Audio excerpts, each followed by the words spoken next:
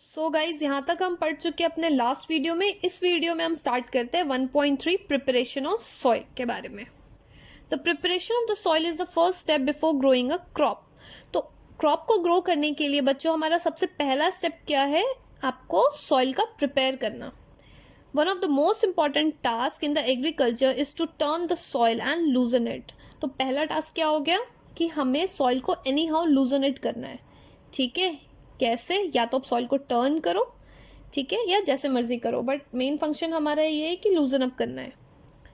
This allow the roots to penetrate deep into the soil. तो loosen up करने से इसका इम्पोर्टेंट क्या है? इसलिए हम कर रहे हैं loosen up so that root easily penetrate कर सके सॉइल में। The soil allow the roots to breathe easily even when they go deep to the soil। तो जब आप उसको लूजन अप कर दोगे सॉइल को, तो उससे क्या होगा कि आपका रूट्स कितना भी नीचे चला जाए, ठीक है, तो वो आपको इजीली ब्रेथ कर सकेगा, आपको उसमें प्रॉब्लम नहीं आएगी। Why does the loosening of the soil allow the roots to breathe easily? अब ये तो हमने पढ़ लिया कि ब्रेथ इजीली के लिए हम ये लूजन अप कर रहे हैं, बट क्यों? The loosen up soil helps in the growth of the worms or earthworms and microbes present in the soil। जब आप सॉइल को लूजन अप करते हो तो वो क्या करता है? प्रमोट करता है अर्थवर्म एंड माइक्रोब्स के ग्रोथ को प्रमोट करता है, ठीक है। These organisms are the friends of farmers since they further turn and loosen the soil and add humus into it। तो यहाँ पे जो आपको सॉइल में अर्थवर्म एंड माइक्रोब्स प्रेजेंट होते हैं, एक तरफ से तो ये फार्मर्स के बहुत अच्छे दोस्त होते हैं, ठीक है, because it help us to loosen the soil and add humus. तो ध्यान रखना है ह्यूमस क्या है, यहाँ पे मैंने एक आपको डिफाइन करके लिख दिया है बिकॉज आपको क्वेश्चन पूछ सकते हैं। तो ह्यूमस क्या है बच्चों? The organic component of the soil formed by the decomposition of the leaves and the other plant material by soil organism। So एक तरफ से ये decomposition हो रहा है किसका? leaves and other plant material। कौन कर रहा है उसे डिकम्पोज? सॉइल के माइक्रो ऑर्गेनिज्म, ठीक है।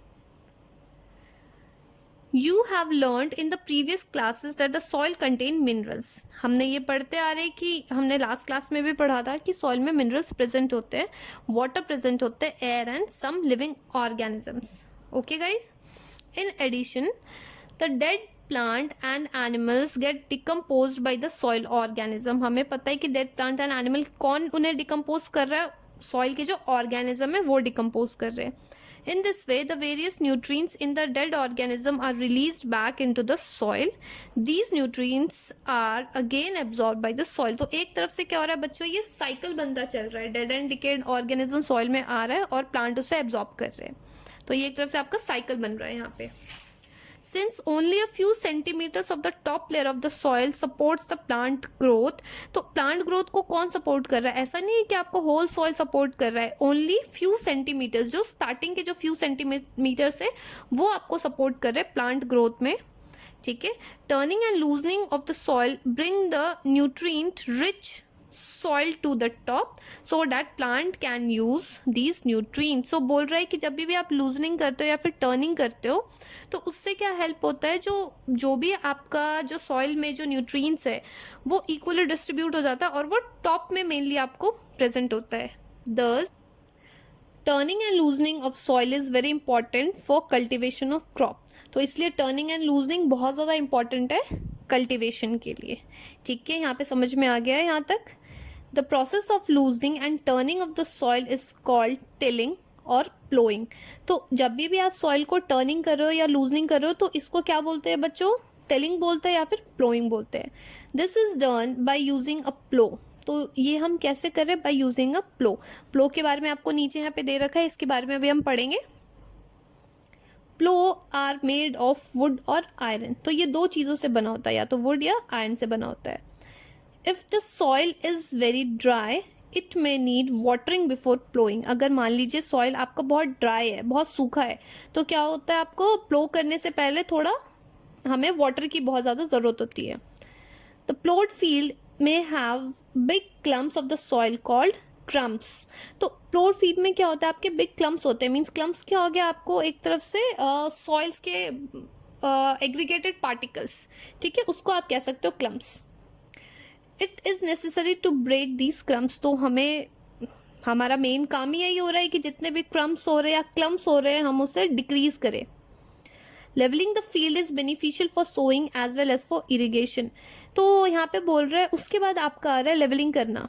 ठीक है, तो लेवलिंग बहुत ज़्यादा ज़रूरी है बिकॉज जब भी आप सो करने जा रहे हो या फिर प्लांटिंग करने जा रहे हो तो क्या होता है लेवलिंग इसलिए इंपॉर्टेंट है बिकॉज अगर मान लो कहीं पे भी आपका स्लैंट है, अगर आपने लेवल कर दिया और वो प्रॉपर नहीं है, अगर वो स्लैंट है तो क्या हो रहा है कहीं पे आपका वाटर स्टैग्नेंट हो जाएगा और कहीं पे नहीं होगा. Levelling of the soil is done with the help of leveller. तो उनके पास एक लेवलर होता है सो डैट वो चेक कर लेते हैं कि आपने जो भी प्लो कर रहे हो और प्लो के बाद जब आप रेडी हो रहे हो सो करने के लिए तो चेक करते हैं कि प्रॉपर लेवल में है या नहीं है. तो कैसे करते हैं with the help of leveller. Sometimes the manure is added to the soil before tilling. जब भी tilling means loosening. तो जब भी loosening करने से पहले ही वो बच्चों manure कभी कभी ऐड कर देते. क्यों? This helps in proper mixing of the manure with soil. तो जब भी आपको क्या करते हैं वो manure उन्होंने ऊपर से डाल दिया उसके बाद वो tilling करते हैं. तो उससे क्या होता है tilling करने से प्रॉपर मिक्सचर या फिर प्रॉपर मिक्सिंग ऑफ मैन्योर हो जाता है सॉइल में.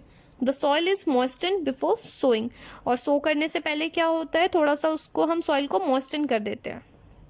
ठीक है, यहाँ तक आपको समझ में आ गया है? आई डोंट थिंक सो आपको कोई प्रॉब्लम आ रही होगी यहाँ तक. आगे बढ़ते हैं.